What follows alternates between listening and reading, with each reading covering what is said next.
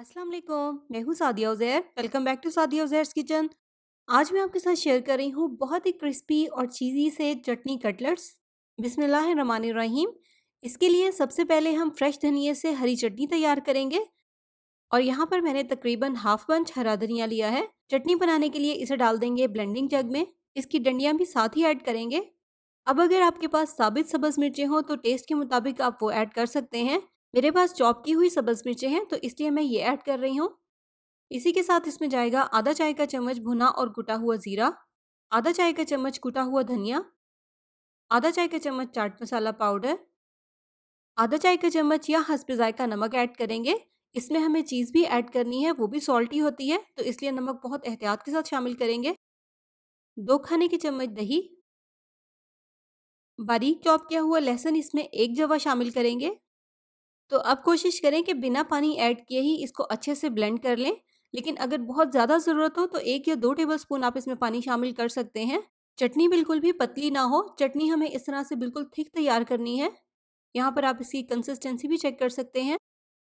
चटनी की क्योंकि हमें कटलेट्स में फिलिंग करनी है, इसलिए इसको स्टेबल करने के लिए इसमें शामिल करेंगे 1 कप उबला हुआ और बारीक चॉप किया हुआ चिकन और टेस्ट को बढ़ाने के लिए इसमें शामिल करेंगे आधा कप मोज़रेला चीज़। चाहें तो चीज़ को स्किप कर सकते हैं। तो अब इन दोनों चीज़ों को चटनी के साथ अच्छे से मिक्स कर लेंगे। तो ये देखें यहाँ पर ये बहुत अच्छे से मिक्स हो गई है। फिलिंग यहाँ पर हमारी रेडी है।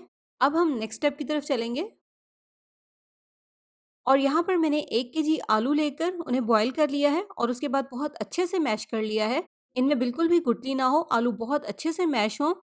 तो अब इसमें हम मज़ीद चीज़ें शामिल करेंगे। 2 खाने के चम्मच चावल का आटा, आप कॉर्नफ्लोर भी ऐड कर सकते हैं। हस्बे ज़ायक़ा नमक, 2 चाय के चम्मच या हस्ब ज़ायक़ा कुटी हुई लाल मिर्च, 1 चाय का चम्मच भुना और कुटा हुआ ज़ीरा, 1.5 चाय का चम्मच भुना और कुटा हुआ धनिया, मिक्स कर लेंगे। तो यहाँ पर ये बहुत अच्छे से मिक्स हो गया है। तो दोनों मिक्सचर रेडी हैं। अब इनसे कटलेट्स तैयार करेंगे। हाथ पर इस तरह से थोड़ा-सा ऑयल लगाएँगे। अब एक कटलेट के जितना आलू का मिक्सचर लेंगे और इसे हाथ पर फैला लेंगे, इस तरह से। और सेंटर में 1 टेबलस्पून चटनी वाली स्टफिंग रखेंगे। इसको सेट कर देंगे। और अब इस स्टफिंग को आलू वाले मिक्सचर में अच्छे से सील करके इस तरह से इसको बंद कर देंगे।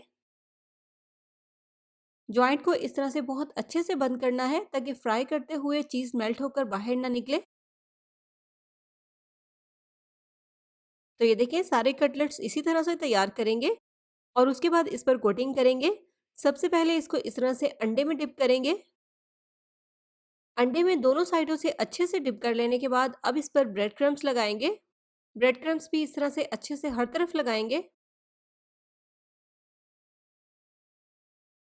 तो इस तरह से ब्रेड क्रम्स लगाने के बाद इस पॉइंट पर आप चाहें तो इन्हें फ्रीज़ कर सकते हैं। फ्रीज़ करने के लिए प्लास्टिक के डब्बे में एक बटर पेपर बिछाएंगे और बटर पेपर के ऊपर एक लेयर कटलेट्स की लगा देंगे। कटलेट्स की सेकंड लेयर लगाने से पहले दोबारा से बटर पेपर बिछाएंगे और एक लेयर कटलेट्स की इसके ऊपर लगा देंगे। इस तरह से आप जितने भी चाहें कबाब फ्रीज़ कर सकते हैं। तो अब इसको हम स्टोर करेंगे फ्रीज़र में और फ्राई करेंगे इन्हें मीडियम गरम ऑयल में मीडियम लो फ्लेम पर गोल्डन और क्रिस्पी होने तक।